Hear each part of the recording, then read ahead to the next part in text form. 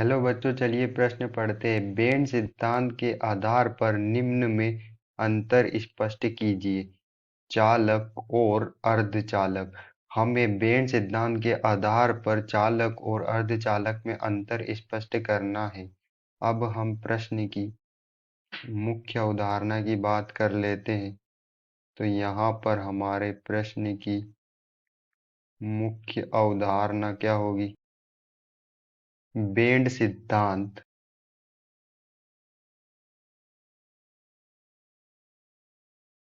Bend सिद्धांत जो होता है वो चालक और अर्धचालक दोनों में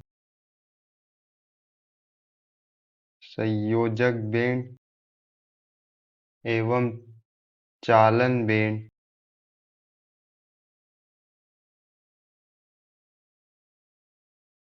ऊर्जा के अंतर अनुसार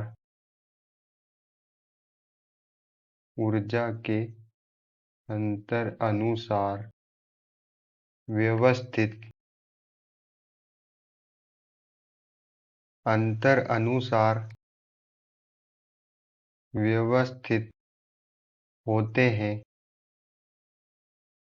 बेंड सिद्धांत के अनुसार चालक और अर्धचालक दोनों में दो बेंड होते हैं, संयोजक बेंड और चालन बेंड, और दोनों बेंड ऊर्जा के अंतर के अनुसार व्यवस्थित होते हैं। अब हम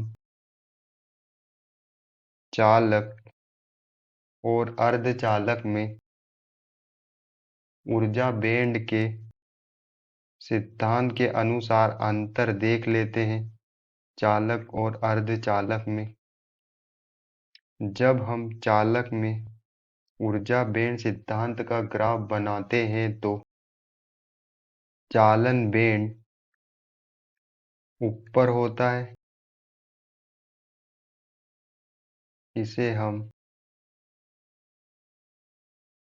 चालन बेंड कहते हैं, और इसके नीचे संयोजक बेंड होता है जिसमें आंशिक रूप से इलेक्ट्रॉन भरे होते हैं, इसे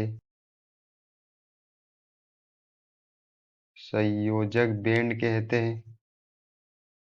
इनके दोनों बेंड के बीच में ऊर्जा का अंतर नहीं होता है।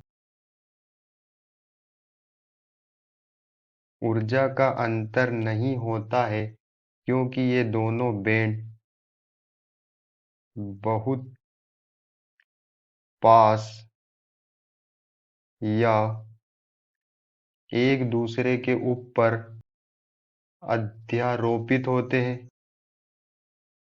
ये बहुत पास पास या एक दूसरे के ऊपर अध्यारोपित होते हैं। दोनों बेंड एक दूसरे को कवर करते हैं या एक दूसरे पर अच्छे से अध्यारोपित होते हैं।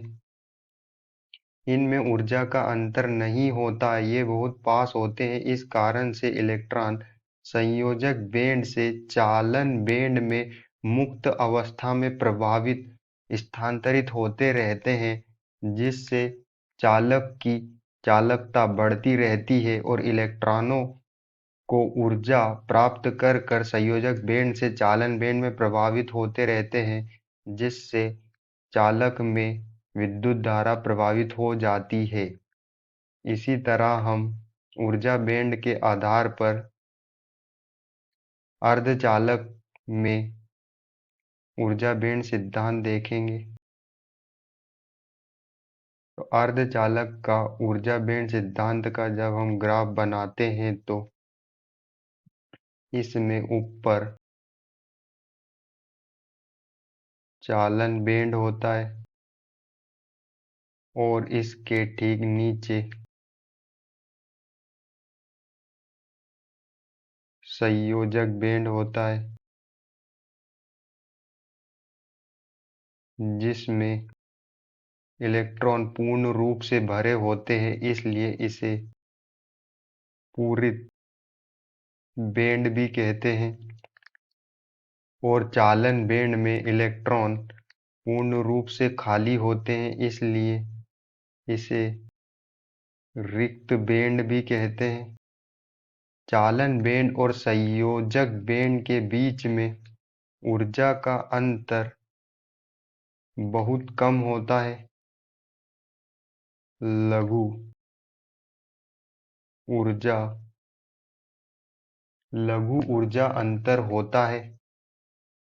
लघु ऊर्जा अंतर होने के कारण जब हम अर्धचालकों में भौतिक परिवर्तन करते हैं, भौतिक परिवर्तन जैसे हम अर्धचालकों में ताप बढ़ाते हैं तो संयोजक बेंड से इलेक्ट्रॉन चालन बेंड में प्रभावित होने लगते हैं। संयोजक बेंड के जो इलेक्ट्रॉन है वो चालन बेंड में प्रभावित होने लगते हैं और आंशिक रूप से चालन बेंड में भी इलेक्ट्रॉन चले जाते हैं, जिससे अर्धचालक में भी धारा प्रभावित होने लगती है। इलेक्ट्रॉन के परिवहन के कारण अर्धचालक में अल्प चालकता आ जाती है और इलेक्ट्रॉन के परिवहन के कारण अर्धचालक भी कम चालकता की तरह प्रदर्शित होता है और इसमें भी धारा का प्रवाह होने लग जाता है। आशा करते हैं आपको समझ में आया होगा। धन्यवाद।